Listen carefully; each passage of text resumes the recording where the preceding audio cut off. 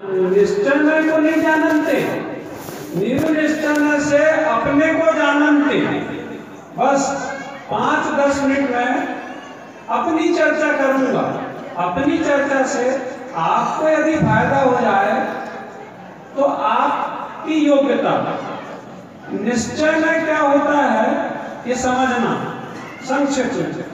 हमारे यहाँ बहनों से प्रश्न करूंगा मैं, आप लोगों के यहाँ घी का डिब्बा है क्या नहीं? डिब्बा घी का है? अरे आप अभी कह रहे थे है और फिर कह रहे नहीं है। अरे घी का डिब्बा है क्या नहीं है? डिब्बा घी का है क्या नहीं? देखो दोनों चीज समझना। घी का डिब्बा है ये निश्चय की व्यवहार क्यों है कि डिब्बा तो घी का नहीं है, डिब्बे में घी रखा है इसलिए डिब्बा को घी का कहा गया। समझ गए ना? है ना? लेकिन जब डिब्बा को कहा गया तो डिब्बा घी का नहीं है, डिब्बा स्टील का है। बस निश्चय व्यवहार समझ लिया अपन ने। ये सब बहुत होशियार है, वो सब मालूम है, क्योंकि निश्चय दृष्टि में होता है, व्यवहार कथन में होता है। लेकिन ये तो डिब्बा को देख लीजिए, यहाँ गुरु महाराज कह रहे हैं निर्निश्चय में जानते। किसको जानते? अपने को जानते। क्योंकि यहाँ बड़ा अद्भुत मिलन हुआ है, यहाँ बड़ा अद्भुत मिलन हुआ है। देखो भैया हमारी 3 अवस्थाएं होती हैं। कौन कौन सी 3 अवस्थाएं होती ना हमारी? कौन कौन सी? बाल अवस्था, युवावस्था और वृद्धावस्था। तो अब ये समझना, ये 3 अवस्था निश्चय से है कि व्यवहार से? जी बता रहे हम हैं, थोड़ा सा समझो। बाल अवस्था चली गई, दादाजी चली गई ना, कोई चिंता नहीं किए, क्योंकि युवा अवस्था आ गई।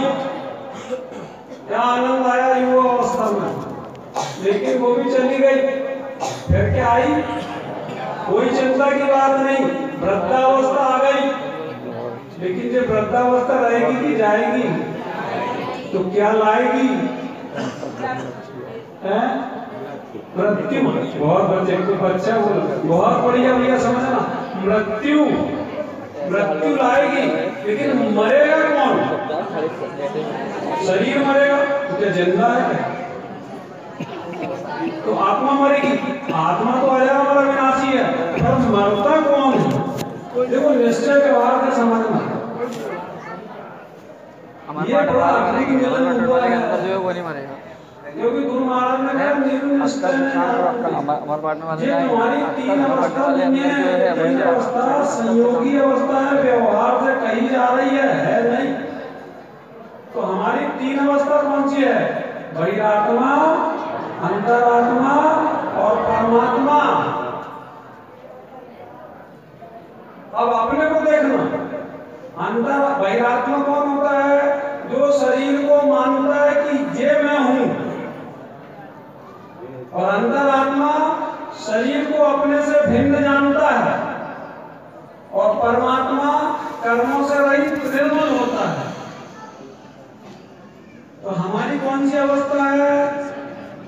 अरे भैया आराम से सोचो ना, उसी को तो अपन। अच्छा कोई चिंता नहीं, बहिरात्मा अवस्था भी होगी तो कोई बात नहीं, अंतरात्मा बदलेगी ना, बदलती है अवस्था। बताएं, बाल अवस्था चली गई ना, युवा अवस्था आ गई ना, तो अब ये बहिरात्मा दशा को बदलना है। और सम्यक ज्ञान का दिन है। अब मैं बाद में पूछूंगा आपसे बदली के नहीं, ठीक है? ये समझ। अभी मैं हूं यहाँ पर, हो क्या नहीं? यहाँ हो ना? मैं जान रहा हूं मैं यहाँ हूं। कैसे पता चला? ज्ञान से पता चला। और अंदर देखो ना, अभी हो क्या नहीं की? कैसे? ये जो श्वास चल रही है भैया, ये जो श्वास चल रही ना, ये मेरा प्रमाण है कि मैं इस देह के अंदर हूं। देखो चल रही क्या? अरे इतनी जल्दी मत बोलो, आराम से देखो। एकाध किसी की चली तो नहीं गई, सबकी चल रही ना। चलो अच्छा भैया, क्योंकि ये श्वास चल रही है, मतलब तुम इस देह के अंदर हो, लेकिन इस श्वास का भरोसा मत समाधि में जाता हूँ और मुझे अंतिम समय में बहुत अद्भुत होता है जब ये श्वास टूटती है। ये श्वास अंदर जा रही, इसका मतलब जीवन है। ये श्वास बाहर जा रही, मृत्यु है। ये आयु कर्म से चल रही है।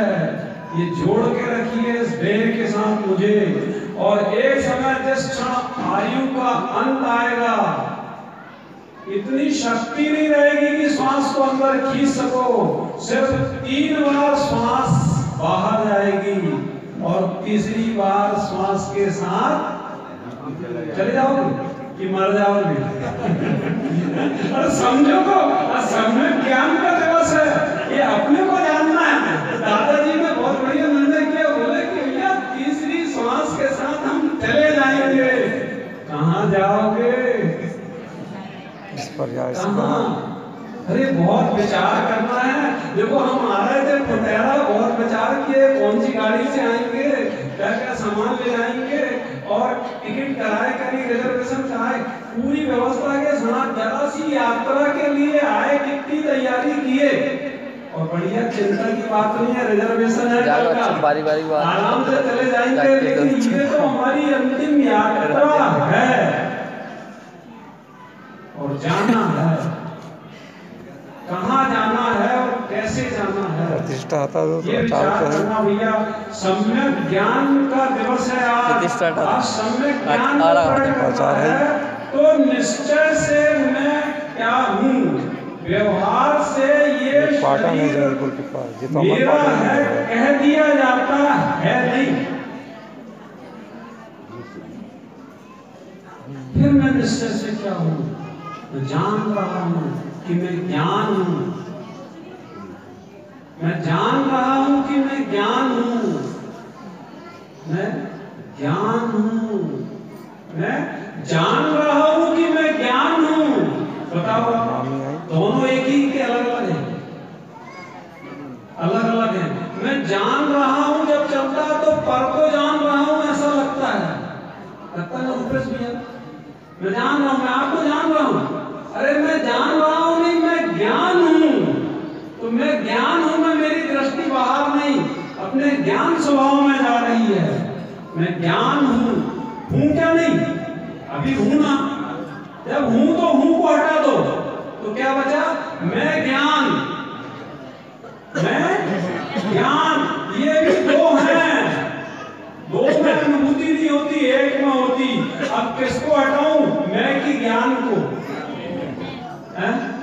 मैं को हटा दो। देखो कितने ज्ञानी है अपने गुरु महाराज के भक्त। मैं को हटा दो तो बचेगा क्या? क्या ज्ञान को हटा दूं? अरे ज्ञान को हटा दिया तो पर मैं नहीं बचेगा। अब मैं को हटाने तैयार हो? मैं को हटाने तैयार हो? हटा दो। और जब तक मैं नहीं हटेगा तो मैं प्रकट नहीं होऊंगा। और बड़ा अद्भुत मिलन है भैया। ये एक समाधि हुई थी हमारी माता जी की, और उसमें हमने ये सूत्र लिए थे। आप गंभीरता से समझना, क्योंकि दो का ऐसा अद्भुत मिलन है। इसमें दो मिले हैं, एक नहीं है, एक दिख रहा है। एक दिख रहा, दो। एक ज्ञानचंद जी हैं और एक रूपचंद जी हैं। ज्ञानचंद जी जानते हैं, देखते नहीं है। रूपचंद जी देखते हैं, जानते नहीं है। दोनों मिले हुए हैं। अब मैं कौन हूँ? ज्ञानचंद जी हूँ कि रूपचंद जी हूँ? ये निर्णय करना है। रूपचंद जी देखते हैं, जानते नहीं है, और ज्ञानचंद जी जानते हैं, देखते नहीं है। अब अपना निर्णय करना है कि मैं कौन हूँ। विचार करना भैया। भैया आप जो शूटिंग कर रहे हो, क्या नाम आपका? कितना वजन है आपका? 70। भैया से पूछे कितना वजन है, उन्होंने कहा 70। तो भैया 70 जो है वो एक ही टाइप का मटेरियल है कि बहुत सारा है? अरे न्यू मिस्टर है जानते, सूत्र ध्यान में रखना। 70 किलो में तुम क्या क्या आइटम हो भाई बताओ तो। कौन से आइटम हो? अरे देखो तो अंदर ज्ञान है ना, जान रहे हो ना, एक बार अंदर तो देखो। आइटम है, जैसे बोरी में रख दिया ना 10 किलो गेहूँ, चावल, दाल और बोरी, 21 ग्राम जो छोड़ के डिब्बा पूरा है पूरा उसमें बोरी में बंद है अंदर से मटेरियल, 21 ग्राम छोड़ तो के तुम पूरा कौन से पूरा मटेरियल में हो, विचार करो भाई। 21 ग्राम का है। आत्मा सब अरे भैया तुम ज्ञान हो सब ज्ञान, मूर्ख ना बताओ तुम। मैं बता तुम्हारा ना ये चर्बी, खून, हड्डी, इनका वजन है 70 किलो और तुमने मान लिया कि मैं 70 किलो का। वेटलेस है। अच्छा एक चीज बताओ भैया, हल्का लग रहा है कि भारी लग रहा है सुनने से? अरे हल्के भी नहीं हो भैया, वेटलेस हो, हल्का भारी, ठंडा गरम, रूखा चिकना, कड़ा नरम, ये सब स्पर्श गुण है पुतगल के। तुम आत्मा हो, ज्ञान दर्शन वाले हो, भार रहित हो, वजन नहीं है, रंग नहीं है, गंध नहीं है। आप लोग स्तुति पढ़ते ना, मैं ज्ञानानंद स्वभावी हूँ, मैं ज्ञानानंद स्वभावी हूँ, मैं हूँ अपने में स्वयं पूर्ण, पर की मुझ में कुछ गंध नहीं। रुक जाओ, पर की मुझ में कुछ गंध नहीं, इसका मतलब क्या हुआ बताओ? आप पढ़ते हो, वेदन भी करते हो, रोज पढ़ते हो, पर की मुझ में गंध नहीं मतलब बहुत सुंदर, एक द्रव्य दूसरे द्रव्य का स्पर्श नहीं कर सकता। और कोई अगंध हूँ, वाह, मेरे में गंध नहीं, ये भाव है भैया, ना मेरे में सुगंध, ना मेरे में दुर्गंध। आहा, क्या बात बोले भैया आप, ये उद्गल से भिन्न किया गया है शरीर से, गंध शरीर में है, रंग शरीर का है, स्पर्श शरीर में है, मैं तो गंधहीन, भारहीन, हल्के भी नहीं हो भैया। आप कल्पना करो कोई ऐसी वस्तु हो सकती जो वेटलेस, अरे वो मैं हूं, कोई ऐसी कभी आप कल्पना कर सकते? कोई रंगहीन वस्तु हो सकती है? रंगहीन हूँ, ज्ञान दर्शन वाला हूँ, निर्निश्चय है जानते। भैया व्यवहार में से डिब्बा को तुमने अपना मान लिया कि डिब्बा मैं हूँ, मेरा डिब्बा है लेकिन मैं डिब्बा नहीं हूँ, मैं चैतन्य तत्व परमात्मा हूँ।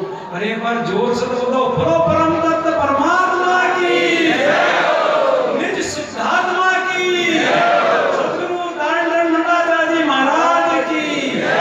बस भैया यही सम्यक ज्ञान का व्यवस्था, सबके जीवन में सम्यक ज्ञान प्रकट हो। बोलो श्री गुरु महाराज की जय।